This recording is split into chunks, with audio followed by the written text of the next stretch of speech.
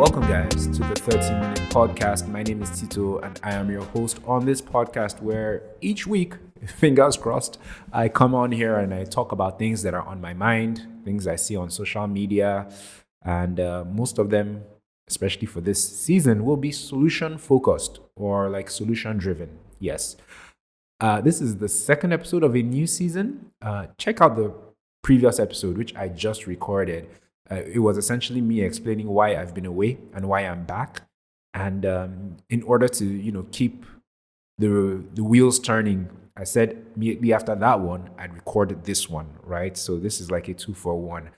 Yes. So before I forget, quick shout out to my friend Babs Bamiro, who is all the way in Canada, who a couple of weeks ago, he asked me, what's up with the podcast that, you haven't recorded in a while, Tito, what's going on? And, I lamented to him and said, I haven't really been feeling it and things have been tough. And he encouraged me, said that, that I should get back on it. He said he was listening to an episode at that very moment, which is why he reached out to me to ask about the podcast. And I kind of told him, I didn't believe him. I told him to take a picture of what the episode he was listening to. And he did. He sent me a picture. I will put it on the screen now. For those of you watching this episode on YouTube, the episode or the pictures of that Babs sent me is showing on the screen. And it really moved me. It really touched me because I hadn't put out an episode of this podcast in almost a year. But yet, someone was still out there listening and checking for me, right? And this is just one person who informed me that he was listening. Lord knows how many other people who'd been checking for me or listening to the podcast, but just never reached out. So that really did encourage me, and it really did warm my heart. And shout outs to you, Babs. Thanks so much for the encouragement. In several capacities. You encourage me with my personal finance content, my Nollywood review content, and now even my podcast. And you're just such a G, and I really appreciate you, Babs. This episode of the podcast is about how to save the dating world once and for all. It's an ambitious title, I know, right? Okay, so maybe what I'm going to say on this episode is not stuff that will help us save the dating world once and for all, but I just thought that would be a nice element to add to the title in order to get you guys to click. But the focus of this episode actually is to share what I think are solutions to solve the challenges people are having in the dating world, because I'm sure lots of you will agree that the dating market has been a mess for a while, right? People are very scared out there. People aren't meeting each other. People are very insular. They're keeping to themselves. They're afraid of rejection. They're afraid of ghosting. They're afraid of being criticized, being dragged on social media. They're afraid of not finding love. There are just so many things out there that people are afraid of in the dating world, and that's holding us back as a civilization, as a people, and as individuals, right? Lots of people are lonely. I'm sure many of you have heard of the loneliness epidemic that's out there right now. Well, there's a general loneliness epidemic between men and women, but the more popular one is the male loneliness epidemic. According to certain statistics, which I do not have at my fingertips right now, but I'm sure if you search online, you'll find them. Studies show that there are more men who are lonely these days than ever before. They're not in relationships. They don't have friends. They're just very lonely, right? And it's not good for society. It's not good for the economy, and it's not good for civilization, us as a species, So what I'm proposing to do on this episode is to talk about how we can actually solve the problems that we're having in the dating space today. Okay, so like I said, you guys know that the dating pool is a mess, right? And the funny thing is that the internet and social media is not short of content on dating and relationships. But the problem is lots of that content is not solution oriented. It's not content that is trying to solve the problems that we have. It's more content that's about or that's focused on pointing fingers and blaming the opposite gender in most cases. For example, I'm sure you guys have seen many videos from the Red Pill community or Red Pill society where guys get on the microphone or on their podcasts or whatever and they accuse women of, for example, having high unrealistic expectations, that most women want like men who are like in the top 10 percentile of men in terms of they want men who are over 6 feet tall, men who earn over six figures in US dollars, men who are built and who have six packs and all that. And if you look at it statistically, that's a very small percentage of men, right? But these are the men that women think that they deserve. And so, what a lot of these Red Pill Society videos and podcasters and creators, their thing is to tell women that, look, you are being unrealistic. You need to stop. You need to get your head out of the clouds, right? And they want women to admit that they are unrealistic with their expectations from men. And the problem with that is that people who make these types of videos, what they're looking for is an admission of guilt and like a confession. They want women, like in the example I just cited, these men want women to say, okay, you're right. We have unrealistic standards. We are in the wrong. We are wrong. You are right. That's what people just want. They want somebody to tell them that they are wrong and the accuser is right. When it comes to solutions or doing the right thing or steering action in the right direction, it's crickets. Nobody is saying the right things that people should do to get out of this problem that we're in. For example, okay, lots of these guys say that women have unrealistic expectations. What expectations should they have? They should even investigate how unrealistic these expectations are, because some women's expectations or desires are valid, right? If a woman wants a tall man, to an extent, it may be valid for her. The argument most women have is that they don't want short kids. In situations like that, slight detour, right? It's a woman who is on the shorter side saying she wants a tall husband or a tall partner so that her kids won't be short like her. But honestly, in the grand scheme of things, is that that big of an issue? Is height that much of an issue when it comes to happiness and all that? But the point I'm trying to make is it shouldn't just be about name calling and finger pointing and the blame game. It should also be about preferring solutions. Okay. For example, men accusing women of wanting a man who is a good provider, especially economically and financially. It's a bit over the top. I do agree, but it's not baseless. Women, it's understandable how women, especially traditional women who expect a man to be in the leadership position, it's not far-fetched or unreasonable for her to want a man who can provide economically. And an argument many of them pose or put forward is because of when the income she's not earning when she's raising the kids. She wants to make sure that the man can fill in that gap and provide for her and the children and for their family unit when she's unable to contribute economically to the family unit. So if you want to argue it or rationalize it, it does make sense for, especially in the case of, like I said, traditional women, for them to seek a partner who earns well or who makes a decent amount of money.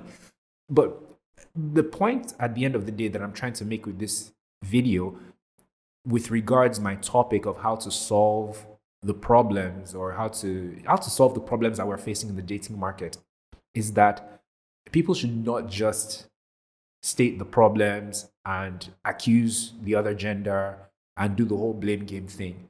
We should start putting solutions forward and start recommending how we can solve problems. Take, for example, I noticed that lots of people are not, okay, earlier this year, I organized a speed dating event. I think that was in March.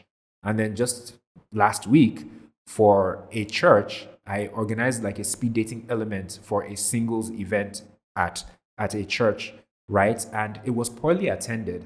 The church one of last week. But my event in March, a few months ago, was well attended, right? It was 15 women and 13 men. And it was a ticketed event. I sold tickets.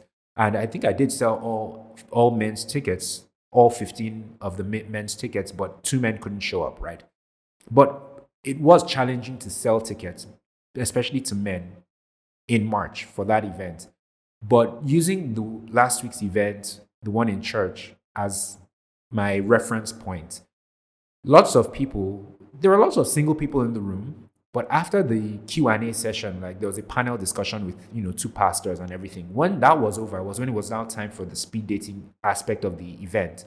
And I told people, I came to the front, I said, okay, we're going to do speed dating now. Please, if you're interested, stay behind. This is how it's going to work and all that. A majority, maybe like 80% of the room or the people in the room left, leaving only like 20% of the people to take part in speed dating. And these are all single people. And what that showed me is something that I knew before, is that while people are single and they're looking for love, there's lots of fear. They're unnecessarily shy and they're afraid of being judged for taking part in something like speed dating. Sitting in front of another stranger of the opposite sex and having a 5-minute conversation with them, whether or not you're attracted to them. There's just so much fear and apprehension in the hearts of single people, mind you, single people who want to find love, that it holds them back from doing what they actually need to do to meet people, to find love, and to move towards or move in the direction of where they want to be, i.e., in a meaningful relationship, which could potentially lead to marriage. Woo! Been talking for so long. I wish I had a bottle of water, but yeah, I have to pace myself because I don't have water. But I believe you get my point. Lots of people hold themselves back, right? And I think subconsciously they know they're holding themselves back, but they actually need someone to tell them that, look, if you're going to meet somebody, you need to try different things. You're going to need to take risks. You're going to need to put yourself out there. You're going to need to put yourself in uncomfortable situations. You're going to need to have conversations with people you may not necessarily be attracted to in order for you to find someone who you will be attracted to. There's no set path or set way for how you will find love. You have to try different things, or you may have to try different things. Different things work for different people.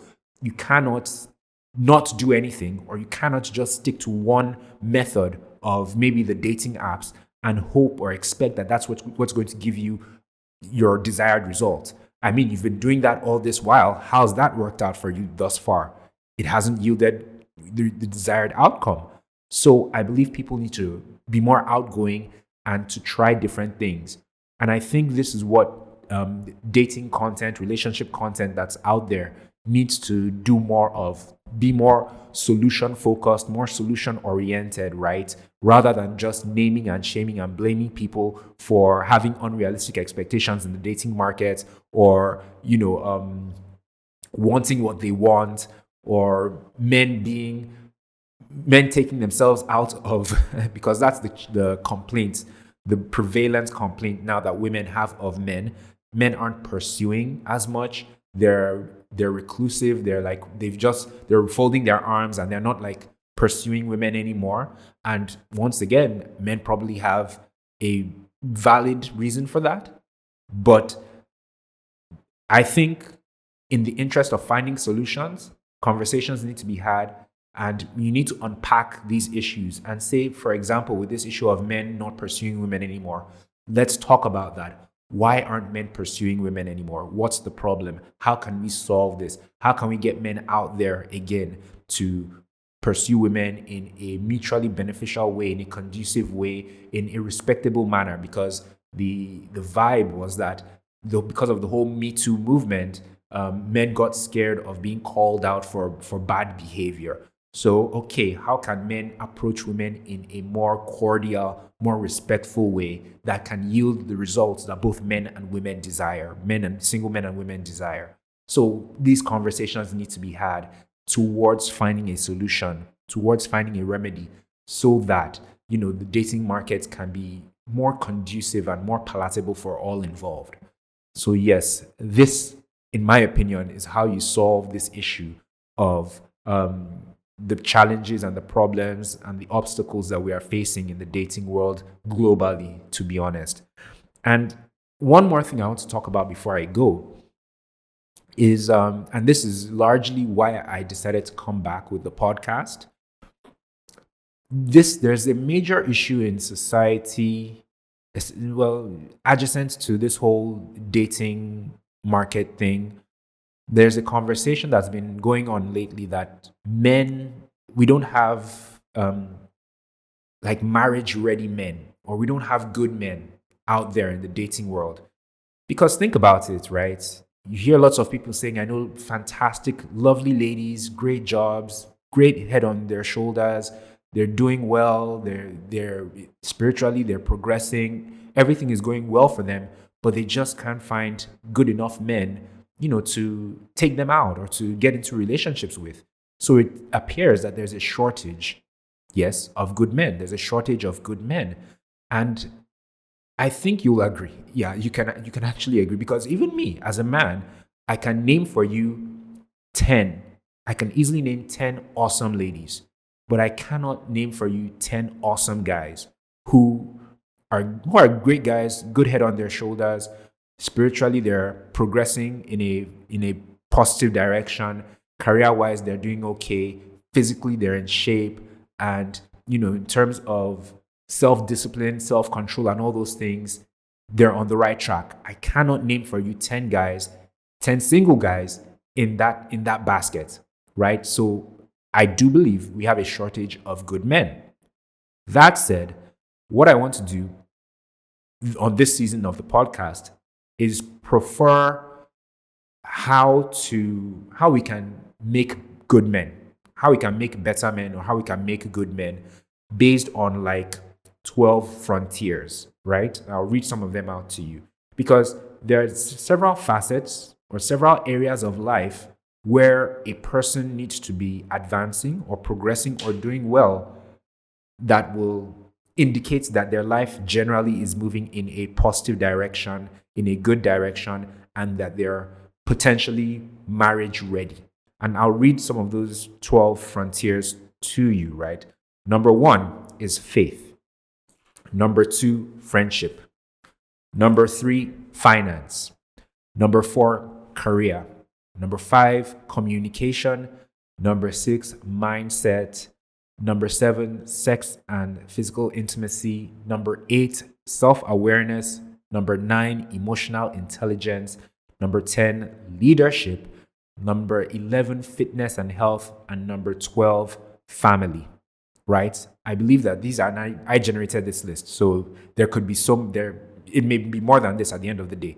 But these are the 12 ones that I listed, that if a man can be doing well in a majority, maybe not all of these 12 frontiers, but a majority of these 12 frontiers, and he's consciously working at getting better on these 12 aspects of life, then he's in a good position to be a productive member of society, an advancing member of society, and he could potentially be a great boyfriend and a great husband.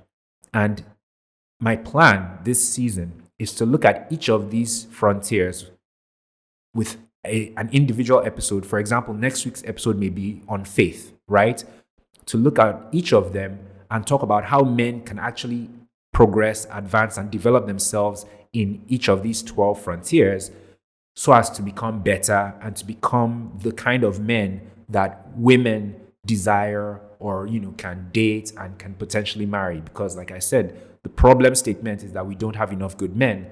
If we can teach men how to develop themselves in these 12 areas, then it's my thinking that they will become these good men that society is lacking and that we need, right?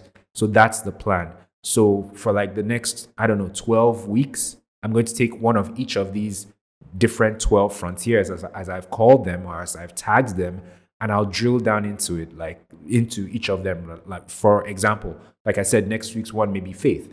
And the topic of discussion, or how I will go about it, would be to talk about how you can develop your faith, how you can have a better walk with Christ, how you can develop your relationship with God, what your prayer life should look like, how you can actually get started. For example, if you just gave your life to Christ, or if you haven't given your life to Christ, how can you go about nurturing that relationship with Christ? What would Bible study look like? What would worshiping in a church look like, or serving in a church look like?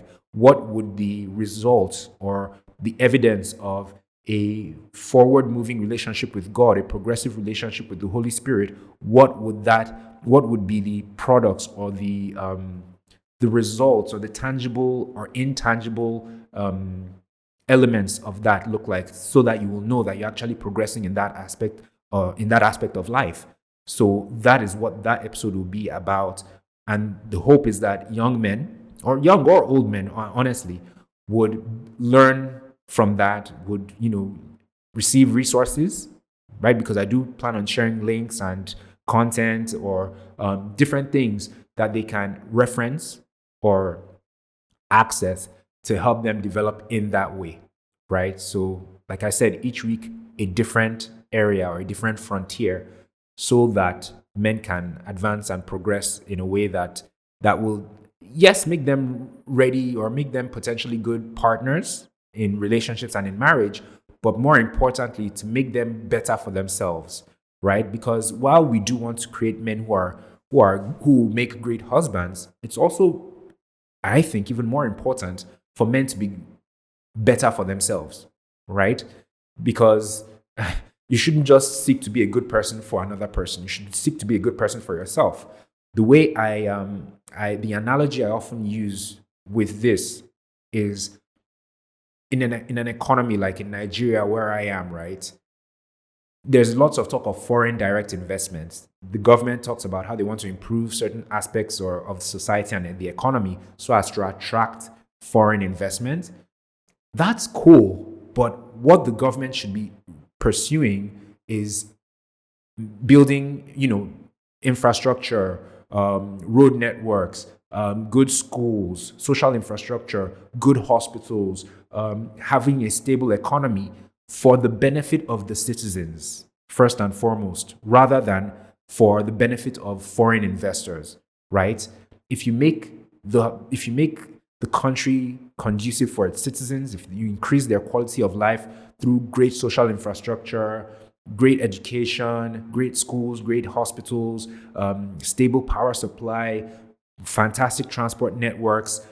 If you do all this for the citizens, and if they are happy, it's only a matter of time before foreigners come and invest, bring in their money and invest in the economy and grow your economy. So let your citizens, the people in-house, let them be your focus rather than the external people, right? Be intrinsically driven rather than extrinsically driven. Same also with this whole issue of men becoming better for women. Become better for yourself as a man, as a human being. And eventually, with time, you'll be attractive to the opposite sex. So don't do these things. Don't try and improve yourself in these 12 frontiers that I've listed for the benefit of a woman, or just because you want to settle down. That's cool, but do it because you want to be a better person, because you owe it to yourself to improve your quality of life, your well-being, and all that. So at the end of the day, when you do it that way, it's two birds with one stone. But I don't want to say much more important. But I mean, all you have is you have an inventory of one, right? You need to take care of yourself, and you need to be a bit selfish, to be honest, right? But it's in you trying to satisfy or making yourself complete as a human being, as an individual. That is what will now attract other people to you. So that's the plan. That's the plan going forward for this season of the 30-minute podcast. And I'm glad I've been able to share the plan with you guys. I hope I was articulate and I was able to explain it in a way that you can understand. Yeah. But I was really keen to come and share the plan with you guys on this episode. So starting from next week, we will be looking at each of the 12 frontiers, which may increase to, because personal development is not in there. It should be in there. But my point is, between now and then, more things may come to my mind. So it may not be 12 frontiers at the end of the day, maybe 15 frontiers or whatever, as the case may be. Guys, thank you so much for listening to this episode of the 30-minute podcast. On the previous episode, I talked about how each episode doesn't have to be 30 minutes because sometimes it's hard for me to talk for up to 30 minutes. But as I glance at my computer screen right now, I see that I'm in the neighborhood of 30 minutes. This is like 25 minutes. So yeah, kudos to me. Thank you guys so much for listening. Remember, new episodes of the 30-minute podcast, at least this season anyway, drop on Saturday mornings. Yeah, that's the plan for now. It may change, but what I'm going with now is Saturday mornings. Thanks once again for listening, guys. Be sure to like this episode, share it with a friend, subscribe to the YouTube channel if you're watching this on YouTube. Hey, if you're not watching this on YouTube, head over to YouTube and subscribe there and like the video. It would help because I'm trying to grow that channel as well. Thank you for the final time, guys. Can't wait to talk to you guys next week. I will see you then. Take care. Peace.